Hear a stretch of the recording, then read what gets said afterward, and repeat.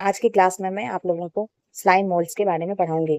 सबसे पहले हम जानते हैं एग्जैक्टली स्लाइम मोल्ड्स होते क्या हैं। बरसाती मौसम में आप लोगों ने देखा होगा कि जहाँ पर ज्यादा कीचड़ होता है या जहाँ ज्यादा गंदगी, सड़ी गड़ी लकड़ियां या पत्तियां पाई जाती हैं, सड़ी हुई पत्तियां होती हैं, वहां पर ये अपने आप निकल आते हैं। जैसे कि कुछ होते हैं मशरूम शेप में, कुछ जो होते हैं जाल के शेप में होते हैं। ये सब क्या होते हैं? ये सब होते हैं slime moulds.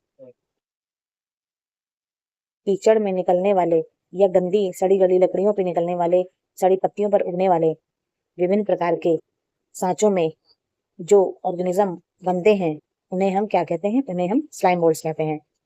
Slime moulds exactly kingdom protista का एक ग्रुप है। इसमें हम डिस्कशन करेंगे स्लाइम मोल्ड्स के बारे में। अपने गाँवों में जब जाते हैं तो हम देखते हैं गाँव में, खेतों में या गलियारों के किनारे, जहाँ पर बहुत ज्यादा ढेर सारी लकड़ियां पड़ी होती हैं गीली, या बहुत ज्यादा कूड़ा करकट पड़ा होता है, तो वहां पर ये अपने आप हमें छोटे छोटे मशरूम शेप के निकले हुए जो दिखाई देते हैं, ये क्या होते हैं? ये स्लाइम मोल्ड होते हैं।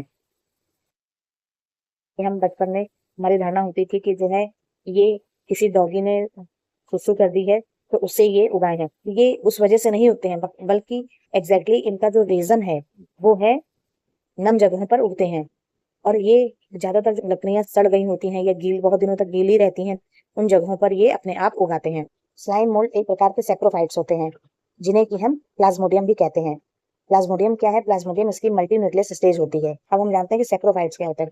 सैप्रोफाइट्स होते हैं एक प्रकार से मृतजीवी, मरे हुए कार्बनिक पदार्थों से अपना भोजन बनाते हैं, वे सैप्रोफाइट्स होते हैं। और सैप्रोफाइट्स स्लाइम मोल्ड्स होते हैं जो मशरूम शेप के कवक होते हैं। वे क्या हैं? वे सैप्रोफाइट्स हैं। ये अपना भोजन सड़ी गली चीजों से बनाते हैं, जैसे सड़ी गली लकड़ियां हैं और बहुत गंदगी में पड़ी हुई पत्तियां हैं। इनमें इनमें से अपना ये भोजन प्राप्त करते हैं। ये जो मशरूम शेप्ड स्लाइम मोल्ड्स होते हैं, ये फंगस लाइक प्रोटिस्ट होते हैं। इनका एक लाइफ साइकिल भी होता है। ये सबसे पहले एक यूनिसेलुलर अमीबी फॉर्म में रहते हैं। उसके बाद धीरे धीरे ये जो है मल्टी न्यूक्लियस प्लाज्मोडियम में चेंज हो जाते हैं। फिर उसके बाद जब प्लाज्मोडियम की स्थिति में रहकर के ये अपना भोजन बनाते हैं, अब इनकी प्लाज्मोडियम की स्थिति खत्म होने लगती है और इनमें भोजन की कमी आने लगती है, तो ये मियोसिस के थ्रू स्पोर्स में चेंज होने लगते हैं।